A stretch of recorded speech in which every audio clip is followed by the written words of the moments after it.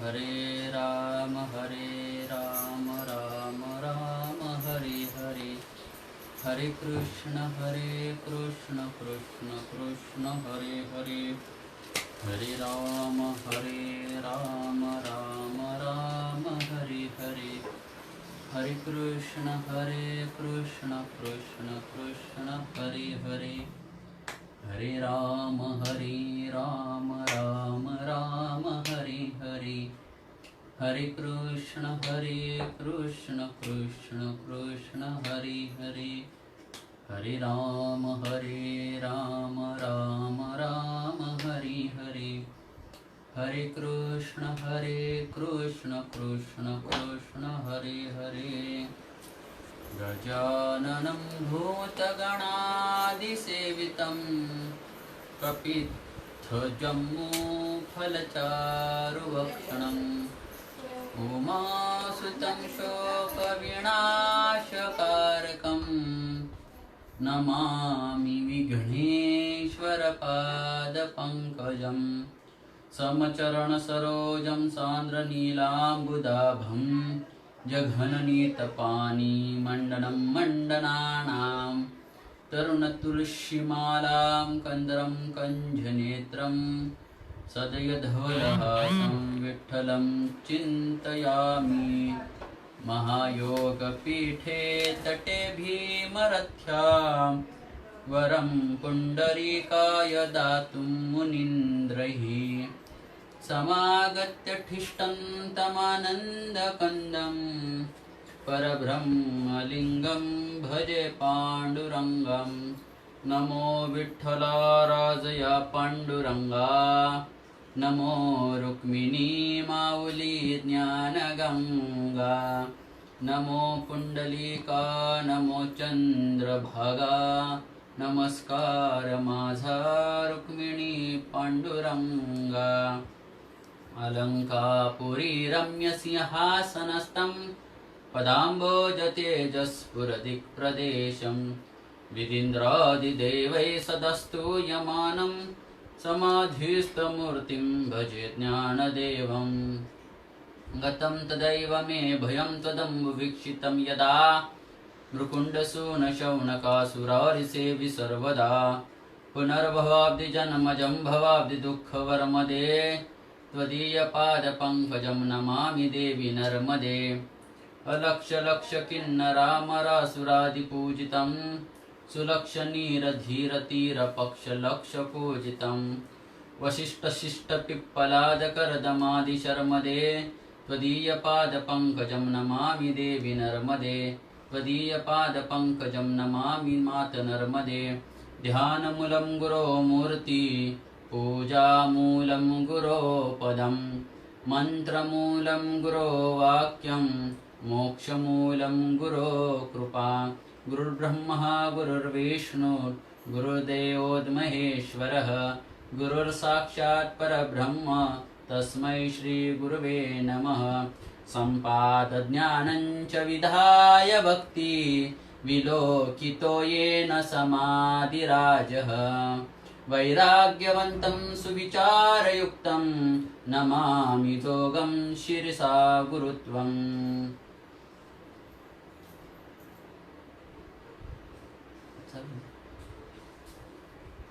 श्री संत मोजकर विचारमंच या Facebook पेजच्या live माध्यमातून आज लाईव्ह येत आहे। अधिक मास, पुरुषोत्तम मास, मलमास या पर्वणीमध्ये, पर्वकाळामध्ये श्री संत मोजकर विचारमंच फेसबुक पेज यांनी उपक्रम चालू केलेला आहे। या पेजच्या माध्यमातून अनेक विचारवंत, महाराष्ट्रातील ख्यातनाम प्रसिद्ध सुप्रसिद्ध कीर्तनकार, प्रवचनकार, व्याख्यानकार यांची प्रवचनं या पेजच्या माध्यमातून होऊन गेलेली आहेत। सेवके सांगितले काम ते हुतुपणा कामा नाही या न्यायाने.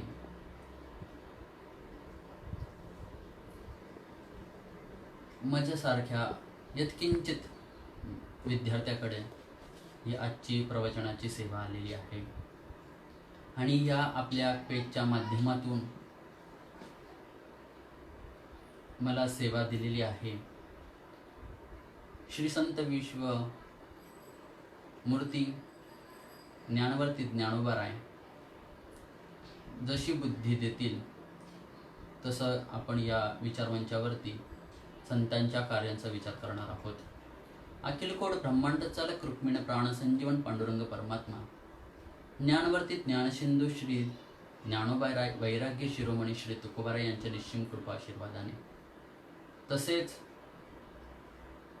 गुरुवारायांच्या मार्गदर्शनाने थोरा संतांच्या आशीर्वादाने आज मी आपल्या समोर एक विषय सादर करण्याचा प्रयत्न करणार आहोत.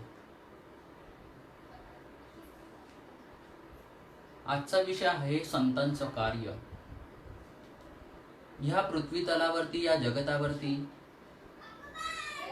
संतांचं कार्य खूप मोठं अगाध आहे. प्रश्नचिन्ह असं निर्माण होतं की कार्य केवळ संतच करतात का? याचं अपेक्षित उत्तर आपल्याला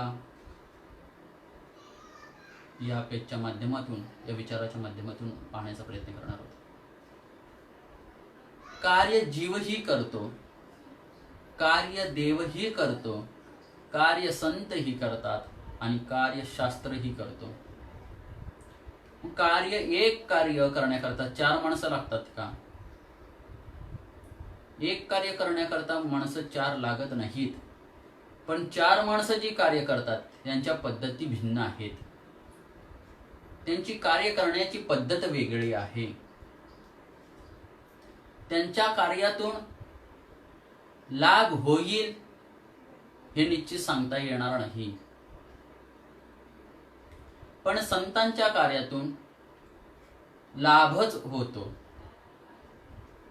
लाभे लाभ दुनावला तुकोबाराय म्हणतात. लाभे लाभ दुनावला, लाभाने लाभ दुणावला जातो. संतांचं कार्य असं आहे की ज्या कार्याच्या पद्धतीने लाभच लाभ आहेत, हानी नाहीच. पहा, कार्य करण्याकरता या पृथ्वी तलावरती मृत्यू लोकांमध्ये यावं लागतं. महाराज, यावं लागतं म्हणजे काय? तर कार्य करण्याकरता इथेही यावं लागतं, या पृथ्वी तलावरती यावं लागतं. मग जे कार्य करण्याकरता येतात त्यांची नावं भिन्न भिन्न आहेत. जीव सुद्धा कार्य करण्याकरता येतो, पण जीव जो कार्य करण्याकरता येतो त्याला जन्म म्हणतात आणि जन्म जो घेतो त्याला जीव म्हणतात. मग जीव कार्य करत नाही का? जीव कार्य करतो, पण जीवाने केलेलं कार्य हिताला कारक पोषक असेल असं निश्चित सांगता येत नाही. जीवाचं कार्य हे पोषक ठरू शकत नाही. एखाद दुसरा पर्सेंटेजच्या जर बाबतीमध्ये विचार केला तर ते होण्याची दाट शक्यता आहे, पण जीवाचं कार्य, जीवाने केलेलं कार्य हे सगळ्यांकरता हिताचं कारक ठरेल, पोषक ठरेल असं नाही सांगता येणार. जीव कार्य करतो स्वार्थापोटी करत असेल, जीव कार्य करतो स्वतःच्या उद्धाराकरता करत असेल, जीव कार्य करतो आजूबाजूंच्या उद्धाराकरता करत असते.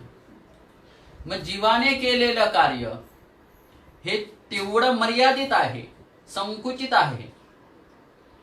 तेवढ्या पुरतीच त्याचं कार्य उपयोगाला येईल. म्हणून जीवाने केलेलं कार्य हे घटित होऊ शकत नाही. नंबर 2,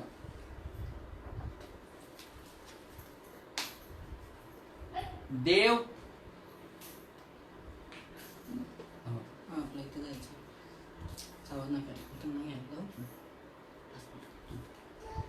देव कार्य करतो.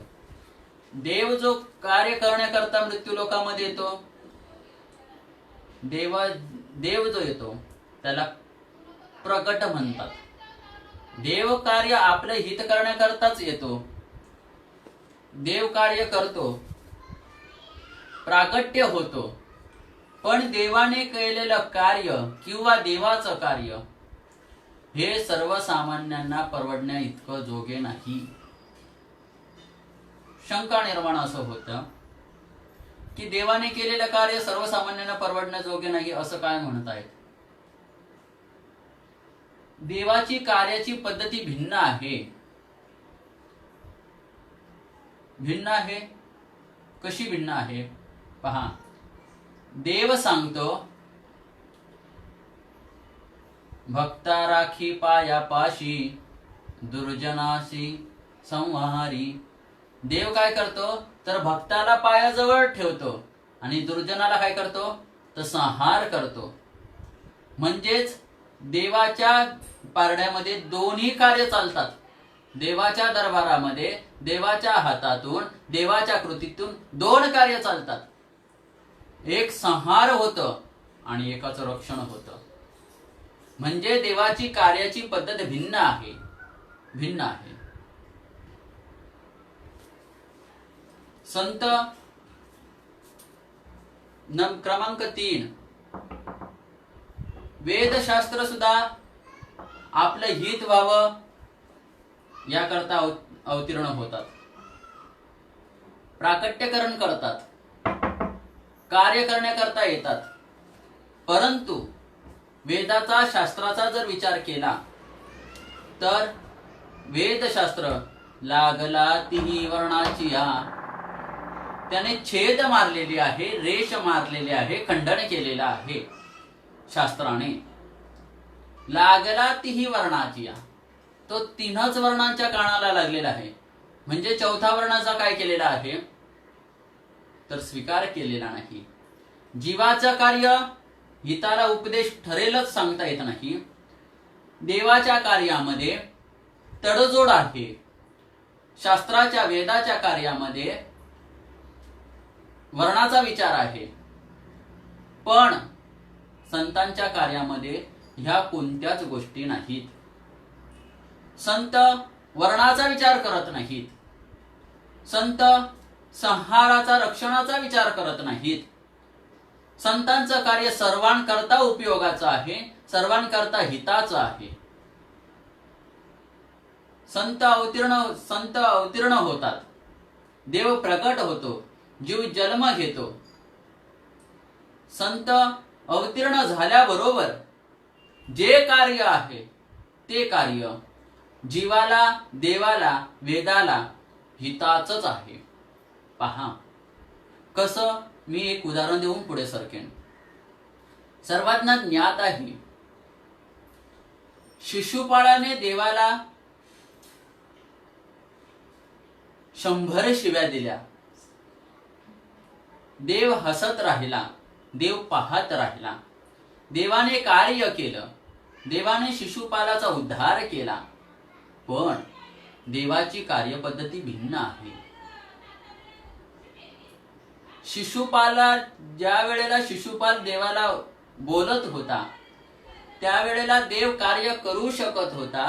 देव शिशुपालाला थांबवू शकत होता. परंतु देवानं तसं केलं नाही. देवाने काय केलं तर देवाने त्याचे अपराध पूर्ण होईपर्यंत त्याला बोलू दिलं. एकदा का शिशुपालाचे 100 पाप पूर्ण झाले, मग देवाच्या हातातून सुदर्शन चक्र निघालं आणि शिशुपालाचं शिरच्छेद झालेला आहे. मला सांगा, देव कार्य करतो. देव थांबवू शकत होता, पण देवाने थांबवलं नाही. याच्या उलट जर विचार करायला गेलो आपण तर तुकोबारायांना मंबाजी बुवाने शिव्या दिल्या. देवालाही शिशुपाला बोलला. शिशुपालाने देवाला मारलं नाही, परंतु मंबाजी बुवाने तुकोबारायांना काठीच्या काठीने मारलं. संतांची कार्यपद्धती भिन्न आहे. संतांचं कार्य जगाला पोषक आहे. शिशुपालाने नुसत्या देवाला शिव्या दिला होतं, बोललं होतं, मारलं नव्हतं. पण मंबाजी बुवानी तुकोबारायांना बोलले सुद्धा होते आणि मारलं सुद्धा होतं. तरी सुद्धा तुकोबाराय यत्किंचित सुद्धा उलटच मंबाजी बुवांचे हातपाय दाबण्याकरता, चेपण्याकरता गेलेले आहेत. सर्वांना प्रसंग ज्ञात आहे. संतांचं कार्य हे जगाला पोषक आहे. पहा, संतांचे जे कार्य आहे हे केवळ उपकारच आहेत.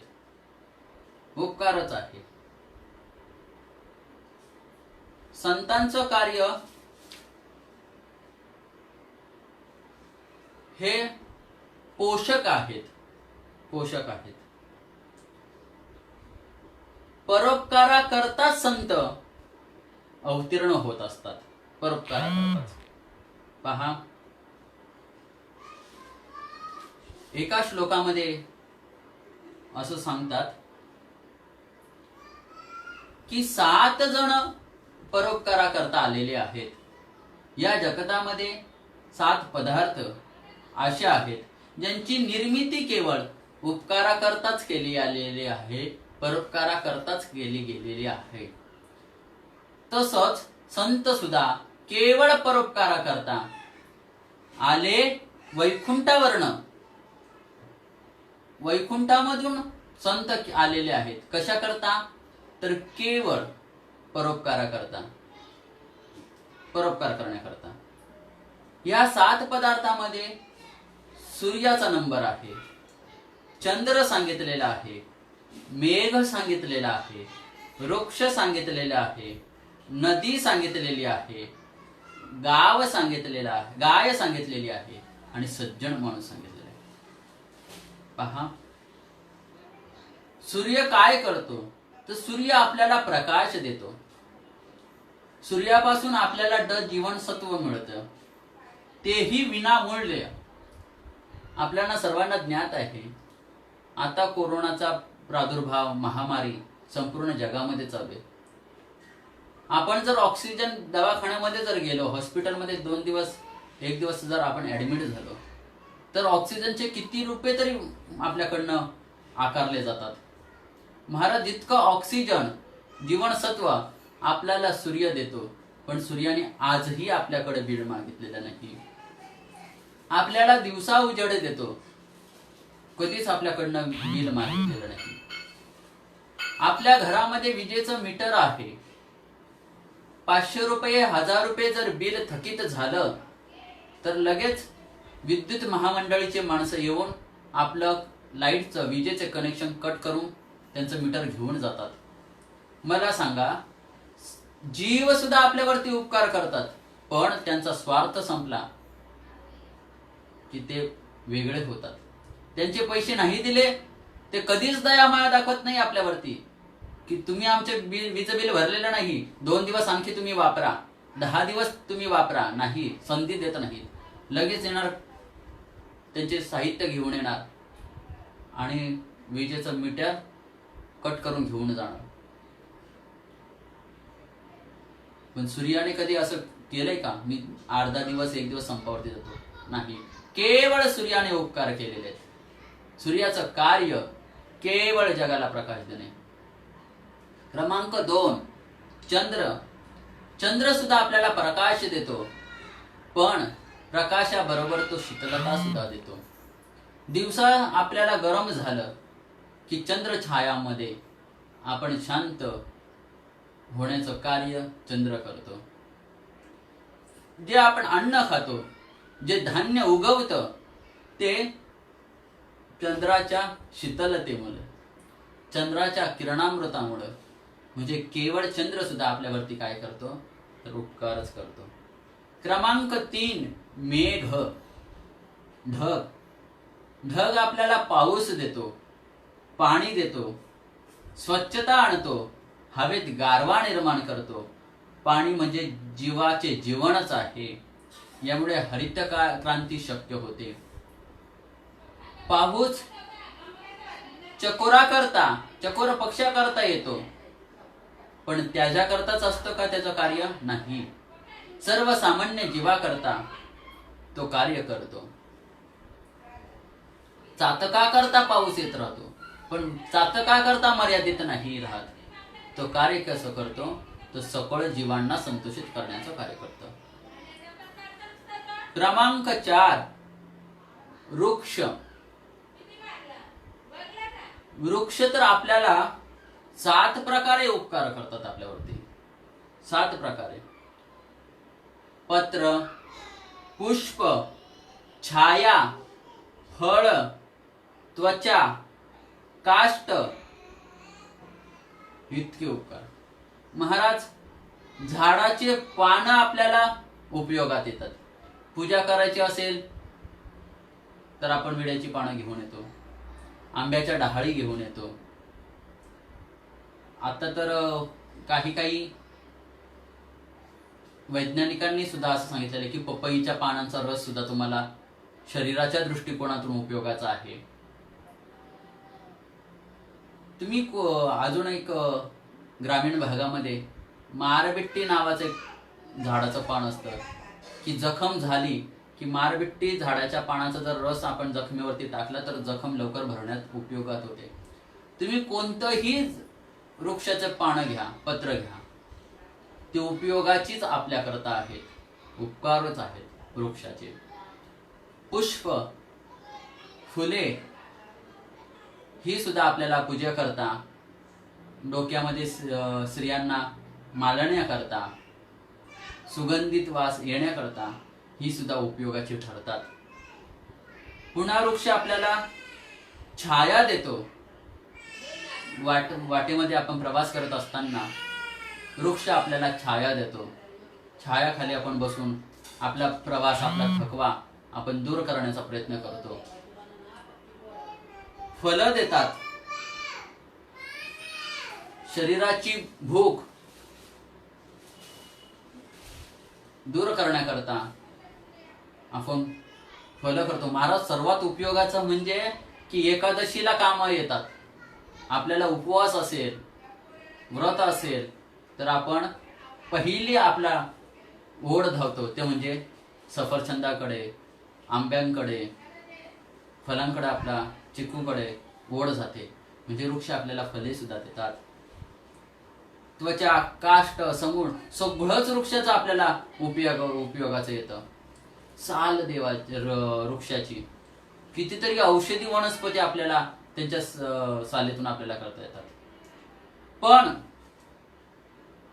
वृक्षाने कधीच आपला तिरस्कार केला नाही. वृक्ष आपल्याला ऑक्सिजन देतो आणि रात्री कार्बन डायऑक्साईड शोषून घेतो. म्हणजे वृक्ष सुद्धा आपल्याला काय करतात? आपल्यावरती उपकार करतात. महाराज, माऊली तर म्हणतात वृक्ष किती सहनशीलता करतो, किती उपकार करतो. जर एखाद्याने वृक्ष लावला तर त्याला सुद्धा ही 7 कार्य करतो. आणि जो वृक्ष तोडायला आला त्याला सुद्धा वृक्ष त्याच्यावरती सुद्धा उपकारच करतो. जो खांडावया घाव घाली का लावणी जयाने केली, दोघा एकची सावली वृक्ष दे जैसा. वृक्ष काय करतो? तर ज्याने लावणी केलेली आहे त्याला सुद्धा हे 7 कार्याने उपकार करतो. आणि जो खांडावया घाव घाली, जो तोडणी करायला आले त्याच्यावरती सुद्धा वृक्ष उपकार करतो. वृक्ष त्यावरती सुद्धा उपकार करतो. क्रमांक 5, नदी. नदी आपल्याला आपल्यावरती उपकार करत असते. नदीचं पाणी आपल्याला कपडे धुण्याकरता, पिण्याकरता, पिकाला धरणं बांधण्याकरता, विद्युत शक्तीचं कार्य करण्याकरता नदी आपल्यावरती उपकार करते. महाराज, सर्वात उपयोगाचं म्हणजे आंघोळ करण्याकरता. आंघोळ जर केली नाही तर शरीराच्या दृष्टिकोनातून किती मल आपल्या अंगावरती असतो. मग पाणी कुठून येतो? तर नदीतून पाण्याच्या टाकीमध्ये, आणि तिथून आपल्याला पुढे सरकतं. म्हणजे नदी सुद्धा आपल्यावरती काय करते? जशी जात राहते त्या गावाला सुद्धा संत शांत करत शांत करत नदी पुढे सरसवत राहते. नदी सुद्धा आपल्यावरती उपकार करतात. क्रमांक 6 गाय. गायीची निर्मिती केवळ उपकारा करताय. गायीचं कार्य केवळ उपकारा करताच आहे. गायीपासून तर सर्वात महत्वाचा म्हणजे दूध, तूप, गोमूत्र, शेण किती पवित्र आहे. पंचगव्य सांगितलेले आहेत. गायीचं सर्वच गोष्टी सर्वच कार्य हे उपयोगाचे आहेत. गायीचं कार्य हे उपकारा करताच आहे. आणि क्रमांक 7 संत सज्जन. संतांची निर्मिती पण उपकारा करताच आहे. तुकाराम महाराज म्हणतात की सूर्य, चंद्र, मेघ, नदी, गाय, वृक्षांचे एवढे उपकार मानले नाहीत तेवढे संतांचे उपकार मानले तुकारामांनी. काय सांगू आता संतांचे उपकार. आणि महत्वाचं कार्य काय आहे तर तुकोबारे पुढे म्हणतात मज निरंतर जागविती. मज निरंतर मुख्य कार्य काय सांगितलेलं आहे तर जागवण्याचं, जे जागवण्याचं कार्य आहे ते कार्य संतांनी केलेलं आहे. आजचा विषय आपल्याला तोच आहे की संतांचं मुख्य कार्य काय. या 6 गोष्टी, 7 पदार्थ आणि 7वं संत हे सुद्धा आपल्यावरती उपकार करण्याकरता आहेत, नाही का. रविश्चंद्रो घनारुक्षा नदी गावश्य सज्जनः येते परोपकाराय योगे देवेन निर्मितीः. देवाने जे निर्मिती केलेले आहेत हे 7 पदार्थ, त्यातले 6 पदार्थ हे उपकारा करताच आहे. पण त्याच्यापेक्षा काकणभर श्रेष्ठ संत आपल्यावरती कार्य करतात. संत आपल्यावरती कार्य करत असताना संतांचं मुख्य प्रयोजन, मुख्य कार्य आहे मज निरंतर जागविती. जागवण्याचं कार्य हे संतांनी केलेलं आहे. पुन्हा प्रश्नचिन्ह निर्माण असं होतं की तुम्ही म्हणताय संत कार्य करतात, काय कार्य करतात तर जागवण्याचं कार्य करतात. मग जागवण्याचं कार्य म्हणजे काय. मग आम्ही झोपलेलो आहोत म्हणून आमच्यावरती जागा करतात का. नाही. मग कार्य, जागवण्याचं कार्य नक्की काय. संत हे जागवण्याचं कार्य करत असताना अनेक माध्यमातून करतायत. अनेक माध्यमातून. काही ठिकाणी तर आपल्याला रूपक पाहायला मिळतील. संत कधी कधी मनाला जाग करतात आणि मनाला जाग करता करता जनाला सुद्धा जाग करतात. संत कधी कधी स्वतःला जागे करतात, स्वतःला जागे करता करता इतरांना जागे करतात. हे जाग करण्याचं कार्य संत करतात. लोक जागी होत नाहीत म्हणून संतांनी काही ठिकाणी भूमिका बदलवल्या. कधी संत आपल्यासारखे आपणात येऊन आपल्याला जाग करण्याचं कार्य करतात, तर कधी कधी संत वासुदेवाच्या माध्यमातून आपल्याला जाग करतात. कधी कधी संत आपल्याला जोग्याची भूमिका घेऊन आपल्याला जागवण्याचं कार्य करतात. तर कधी कधी संत स्वतःहून सांगतात हा कारोणी सांगे तुका, हाक मारून आपल्याला जाग करण्याचं कार्य करतात. पहा, वासुदेव होऊन सुद्धा आपल्याला काय करतात तर जागच करण्याचं कार्य करतात. जोगी होऊन सुद्धा आपल्याला जाग करण्याचं कार्य करतात. आपल्यामध्ये येऊन सुद्धा संत जागे करण्याचं कार्य करतात. आपल्यामध्ये कसं, ऐसे जागवी तो मना, ऐसे जागवी तो मना, सरसे जाना सहित, सरसे जाना सहित, ऐसे जागवी तो मना. तुकोबारा म्हणतात की मी माझ्या मनाला जाग करतोय. ऐसे जागवितो मना. तुकोबारा म्हणतात मनाला जाग करता करता काय करताय संत, तर संत पुढे जाऊन कार्य करतात. सरसे जना सहित, सगळ्या जनाला, या जगाला काय करतायत, तर जाग करण्याचं कार्य करतायत. महाराज तुम्ही म्हणा जाग करण्याचं कार्य असं कसं, मग आम्ही जागे नाहीत का? आम्ही जागे आहोत. मग जागे असणाऱ्याला जाग करणं हे कोणतं कार्य झालं का? जाग्या असलेल्या माणसाला जर जाग केलं तर महाराज पिष्ट पिशान्य न्याय होईल. न्यायशास्त्रामध्ये काही न्याय आलेले आहेत, त्यामध्ये पिष्ट पिशान्य न्याय सांगितलेला आहे. पिष्ट पिशान्य न्याय म्हणजे काय, तर दळलेलं पुन्हा दळायचं. जर दळलेलं जर पुन्हा दळलं तर ते काय होईल, निरर्थक होईल. निरर्थक होईल. जे अगोदरच पीठ आहे ते पुन्हा पीठ दळायचं. जशी ही कृती निरर्थक आहे, तसं जाग असलेल्या माणसाला जाग करणं ही कृती कशी आहे, निरर्थक आहे. निरर्थक आहे. मग जाग असणाऱ्याला जाग जर केलं तर ही कृती निरर्थक होईल. मग संतांचं कार्य निरर्थक होईल. मग जागा असणाऱ्याला जाग करतात का? नाही. मग झोपलेल्याला जाग करतात का?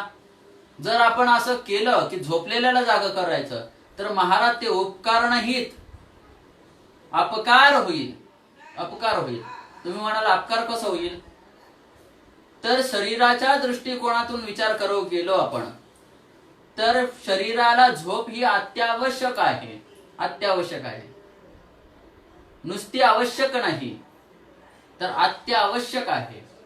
जर माणूस 1 दिवस 2 दिवस जेवला नाही तरी काही हरकत नाही, पण शरीराला झोप पाहिजे. जर तो झोपला नाही तर शरीराची अवस्था बिघडण्याची दाट शक्यता असते. मग एखादा व्यक्ती जर झोपला असेल आणि झोपलेल्या माणसाला जाग केलं तर महाराज ते काय होईल, निरर्थक होईल. महाराज अपकार होईल. ते उपकार होणार नाही. मग संत असं कार्य करतात का? नाही. संत असं कार्य करत नाही. मग संत नेमकी कुणाला जागे करतात? झोपलेल्यालाही जाग करत नाहीत, जागे असलेल्यालाही जाग करत नाही. मग संतांचं कार्य काय आहे, तर संतांचं कार्य असं आहे, जो जागा आहे पण हिताच्या ठिकाणी झोपलेला आहे, हिताच्या ठिकाणी बेसावध आहे, त्याला जाग करण्याचं कार्य संत करतात. त्याला संत म्हणतात की आता उठा जागे वारे आता, स्मरण करा पंढरीनाथा, भावे चरणी ठेवा माथा, चुकवी व्याथा जन्माच्या, उठा जागे वारे आता. धनधारा पुत्र आहे पण उठा. मग उठा कुणाला सांगतात? जो उठलेला आहे त्याला सांगतात का? जो जागा आहे त्याला सांगतात उठा जागे वारे आता. उठा जागे वा आता. अहो मग आम्ही जागे नाहीत का? जागे आहेत पण हिताच्या ठिकाणी बेसावध आहात. आता जागे व्हा. आता जागे व्हा. आता जागा रे बहिणो जागा जागा. आता जागा रे बहिणो जागा. आता जागा रे बहिणो जागा जागा. आता जागा रे बहिणो जागा. चोर निजल्या नाडोनी भागा. आता जागा रे बहिणो जागा जागा. आता जागा जागा जागा. जागा करतात. जागे करतायत. जाग करण्याचं कार्य संत करतायत. महाराज हे संत आपण जागे होत नाहीत म्हणून वेगवेगळी भूमिका घेऊन आपल्याला जागे करतायत. वेगवेगळी. एका ठिकाणी तर संतांनी जोग्याचीच भूमिका घेतलेली आहे. जगजोगी जगजोगी जागे जागे बोलती बोलती, जगजोगी जगजोगी जागे जागे बोलती बोलती. महाराज संतांनी जोग्याची भूमिका घेतली आणि जोग्याची भूमिका घेऊन जागे जागे बोलती, जागे व्हा जागे व्हा जागे व्हा, आता तरी जागे व्हा. कोण जागे व्हा? गेले तुमचे 40 वर्ष गेले, 50 वर्ष गेले, आता तुम्ही काय व्हा? जागे व्हा जागे व्हा, जागे जागे बोलती. पुन्हा शंका निर्माण अशी होते की संत आम्हाला सांगतात की जागे जागे व्हा जागे व्हा.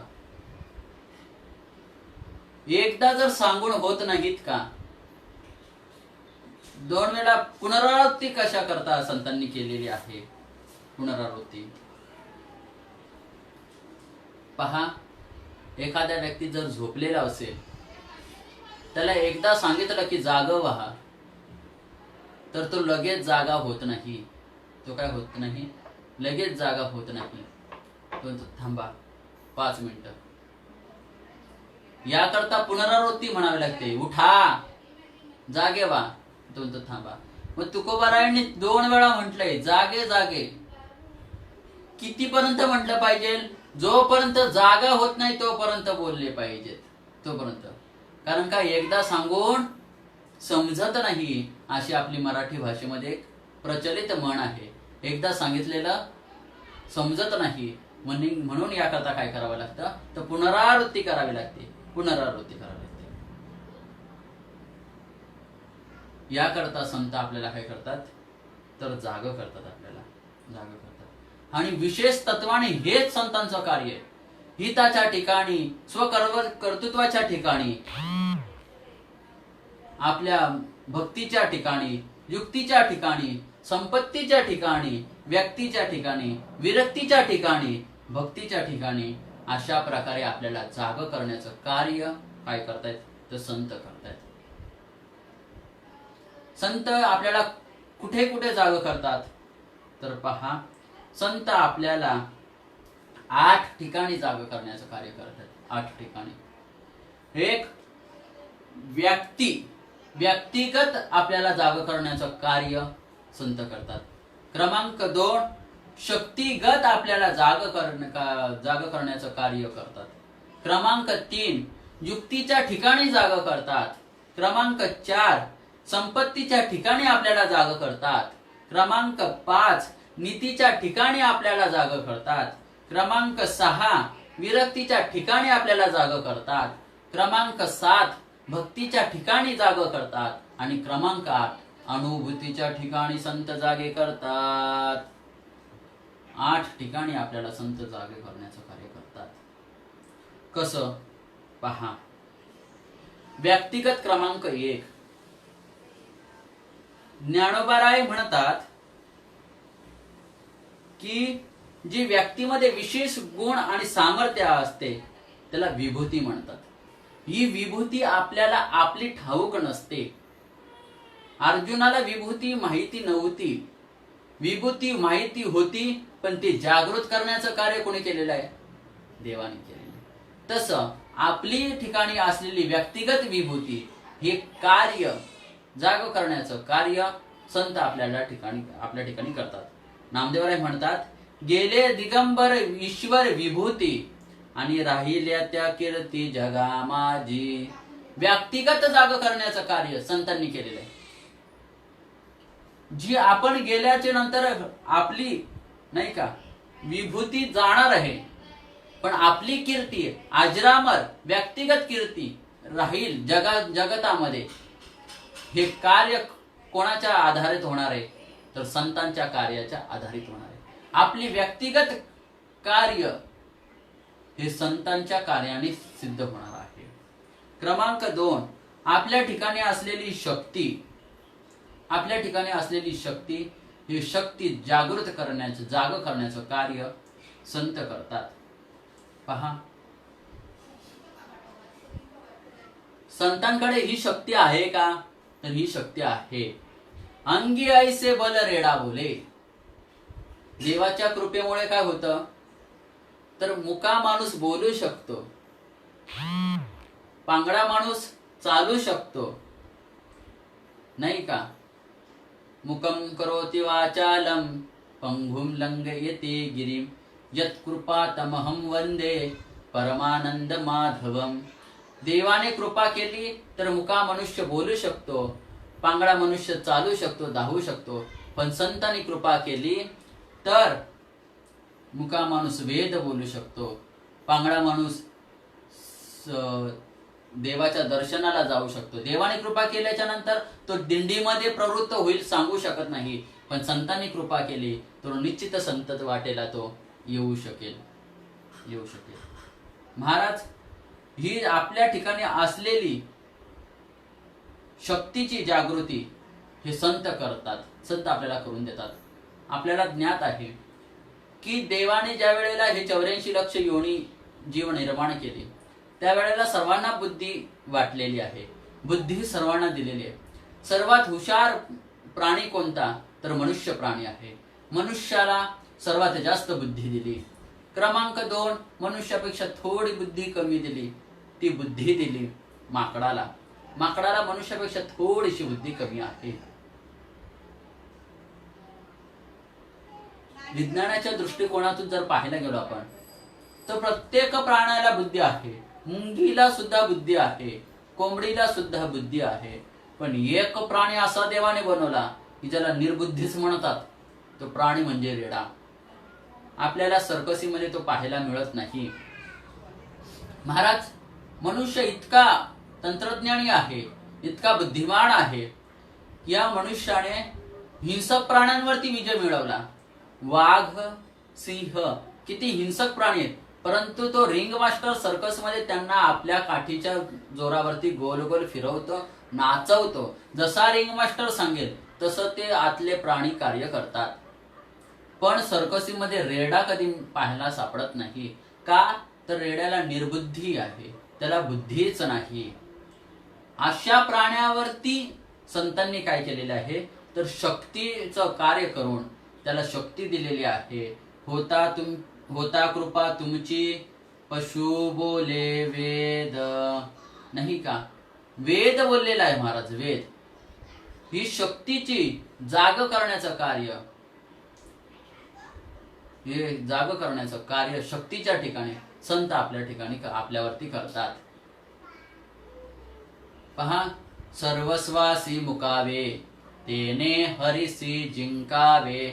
हे जिंकवण्याची शक्ती, सर्वस्वाला मुकवण्याची शक्ती, या शक्तीच्या ठिकाणी जाग करण्याचं कार्य काय कोण करतात, तर संत आपल्यावरती करतात. क्रमांक 3, युक्तीच्या ठिकाणी जाग करण्याचं कार्य संत करतात. महाराज, आपल्याला किती युक्ती ज्ञानोबारायांनी दिली. 9000 ओव्यामध्ये 3500 दृष्टांत ज्ञानोबारायांनी ज्ञानेश्वरीत लिहिले. किती युक्ती. ह्या युक्तीच्या आधारे, या युक्तीच्या ठिकाणी, या युक्तीच्या पार्श्वभूमीवरती महाराज इतकी युक्ती 3500 दृष्टांताचा जर विचार करायला गेलो आपण तर संपूर्ण आयुष्य संपून जाईल आपलं. पण युक्त्या ज्ञानोबारायांच्या आपल्याला कळत जातील. एक युक्तीचा विचार करत गेलो आपण तरी आपल्या जीवाचं कल्याणच आहे. युक्तीच्या ठिकाणी जाग करण्याचं कार्य संत करतात. तुकोबाराय म्हणतात की तुका म्हणे नेनो युक्तीची या खोली, मनोने ठेवेली पायी डोई, नाही का. तुकोबाराय म्हणतात की किती युक्ती, इतक्या ज्ञानोबारायांच्या युक्त्या, या युक्तीच्या ठिकाणी जाग करण्याचं कार्य संत करतात. क्रमांक 4, संपत्ती. जोडोन या धन उत्तम व्यवहारे उदास विचारे वेच करी. संपत्ती सर्वांजवळ आहे. अन्य मार्गातून प्रत्येकाकडे संपत्ती येते. पण त्या संपत्तीच्या ठिकाणी सर्वच जागृत आहेत असं नाही. संपत्तीच्या पाठीमागे कितीतरी अनार्थ आहे.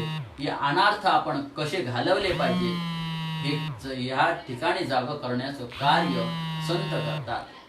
संपत्ती आपल्या जवळ आल्यानंतर ती संपत्तीचा आपण कसा वेच करावा या ठिकाणी जागं करण्याचं कार्य संत करतात. हे संतांचं कार्य आहे. महाराज संतांचा विचार करा का तुम्ही. आपल्याला शंका निर्माण होईल की संत आम्हाला सांगतात संपत्तीच्या ठिकाणी जागे व्हा, संपत्तीच्या ठिकाणी जागा करण्याचं कार्य करतात. मग संतांजवळ संपत्ती आहे का? महाराज संतांची संपत्ती विचारू नका. किती मोठी संतांच्या ठिकाणी संपत्ती आहे. लौकिकाच्या दृष्टिकोनातून जर विचार केला तर जयाची द्वारी सोन्याचा पिंपळ. आता आज तागत आतापर्यंत 2020च्या आजच्या तारखेपर्यंत अनेक लोकांकडे अनेक संपत्ती असेल, पण सोन्याचं झाड कुठेच नाही. सोन्याचं झाड कुठेच नाही आपल्याला पाहायला सापडणार. किती संपत्ती लौकिकाच्या दृष्टिकोनातून. आणि पारमार्थिक संपत्तीच्या दृष्टिकोनातून विचार करायला गेलो तर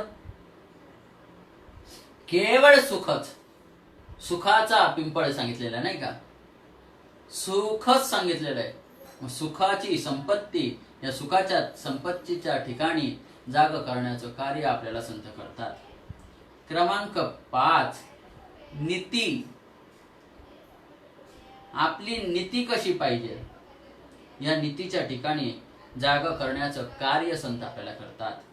जया भक्तीची तेतुली प्राप्ती, जे कैवल्या ते प्रवृत्ती सर म्हणती.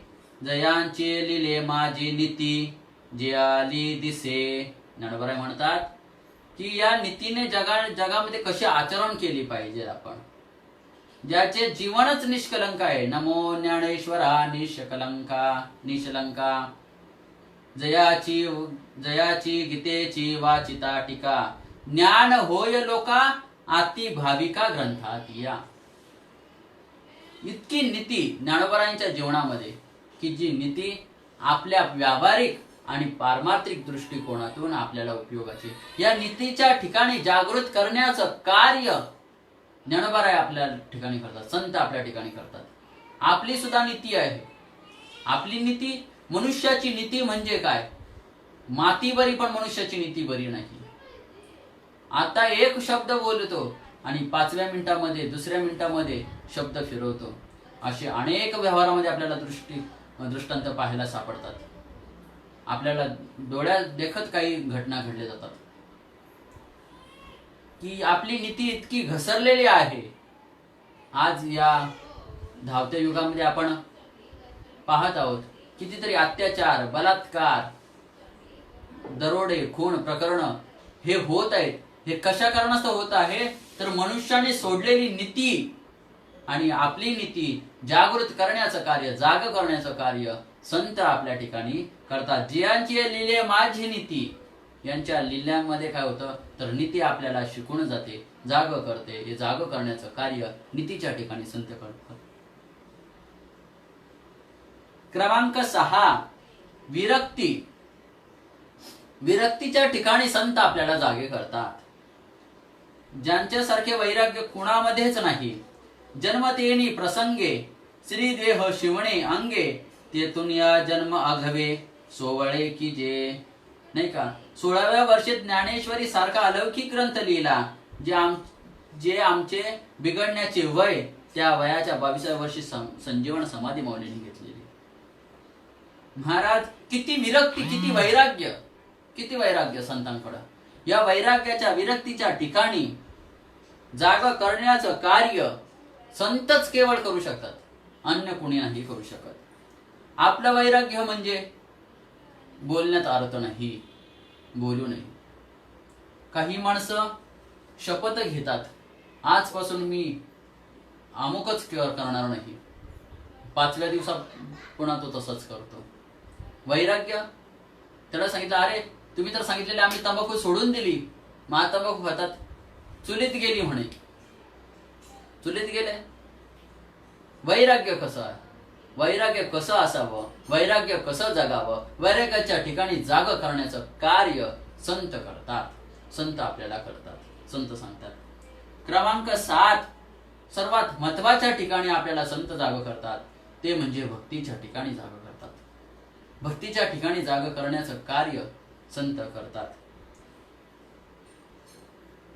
जगदेवाची आपल्याला सर्वांना माहीतच आहे.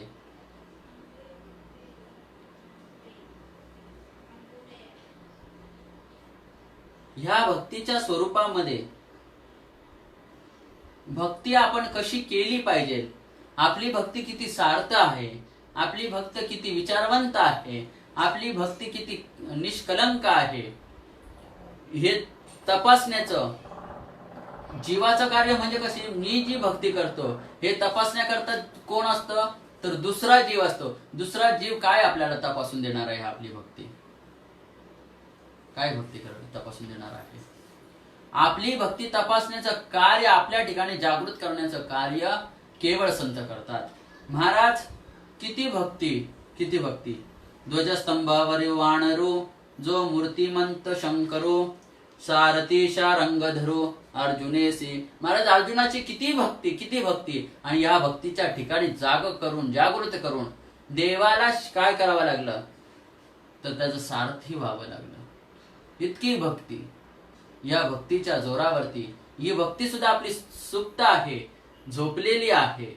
आणि या सुप्त भक्तीमध्ये, या भक्तीच्या ठिकाणी जाग करण्याचं कार्य संत आपल्यावरती करतात. आणि सर्वात महत्वाचा मुद्दा क्रमांक 8, शेवटच्या ठिकाणी आपल्याला जाग करतात संत साधू महात्मे, म्हणजे अनुभूतीच्या ठिकाणी.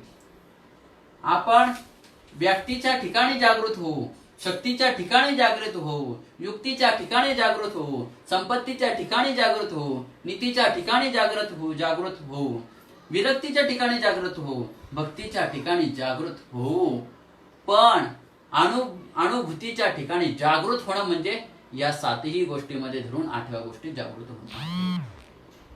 अनुभूतीच्या ठिकाणी जागृत झालं पाहिजे आणि अनुभूतीच्या ठिकाणी जागृत करण्याचं केवळ कार्य या जगतामध्ये संतच करू शकतात, अन्य नाही करू शकत. ऐसा ज्याचा अनुभव विश्वदेव सत्यत्वे, हे विश्वात्मकामध्ये देव आहे, हे अनुभव केवळ संतांजवळ आहे. आणि ही अनुभूती आपल्याला संत आपल्याला देऊ शकतात, संतच देऊ शकतात, दाखवू शकतात, मार्गदर्शन करू शकतात. नवे आपल्या हाताला धरून घेऊन जाऊन तिथपर्यंत अनुभूती देण्याची ताकद संतांमध्ये आहे. संत कार्य करू शकतात. आजचा आपला विषय होता की संतांचं कार्य. संत या जगतामध्ये केवळ उपकार करताच येतात आणि हे उपकार करत असताना आपल्यावरती काय उपकार करतात, तर आपल्याला जाग करण्याचं कार्य करतात. मग आपल्याला जाग कुठं करतात हे कार्य आपण पाहून गेलो की व्यक्तीच्या ठिकाणी, शक्तीच्या ठिकाणी, युक्तीच्या ठिकाणी, संपत्तीच्या ठिकाणी, नीतीच्या ठिकाणी, विरक्तीच्या ठिकाणी, भक्तीच्या ठिकाणी आणि अनुभूतीच्या ठिकाणी संत आपल्याला जाग करण्याचं कार्य अनेक रूपकातून, अनेक माध्यमातून ताकद करत आलेले आहेत. श्री संत मोजकर फेसबुक पेजच्या माध्यमातून या विषयावरती मला बोलण्याची संधी दिली, त्याबद्दल मी सर्वांचे पेजच्या माध्यमातून सर्वांचे ऋणनिर्देश व्यक्त करतो. आमचे परमस्नेही नरेश दादा गायकर यांच्या माध्यमातून या फेसबुक चालकांची मला जास्त परिचय नाही, परंतु महाराजांनी मला कॉल केला आणि सेवक सांगितले एकामध्ये ते होतेपणा कामाने या न्यायाने 2 शब्द विचार मांडण्याचा मी प्रयत्न केलेला आहे. जे काही चांगले असतील ते माझे गुरुवर्य हरिभक्त परायण शंकर महाराज शाडकर, ज्यांच्याकडे मी परमार्थाचे धडे गिरवतो, ते चिदानंदजी महाराज सरस्वती, ज्ञानोबारायांचे, तुकोबारायांचे, माझ्या आईवडिलांचे असतील. यतिमती यथा अवकाश विचार करत असताना एखादा शब्द अपशब्द असेल, योग्य जोड लागली नसेल, तर तो माझा बुद्धीचा दोष समजा. आणि या पुरुषोत्तम मासानिमित्त फेसबुक पेजवरती चाललेल्या उपक्रमामध्ये मला पुन्हा एकदा संधी दिल्याबद्दल मी ऋणनिर्देश व्यक्त करतो आणि झालेली सेवा भगवंताच्या चरणी समर्पित करून सेवेला पूर्ण विराम देतो. विठ्ठल विठ्ठल विठ्ठल विठ्ठल विठ्ठल विठ्ठल विठ्ठल विठ्ठल विठ्ठल विठ्ठल मंडळी एकवटा विठ्ठल श्री ज्ञानेश्वर महाराज की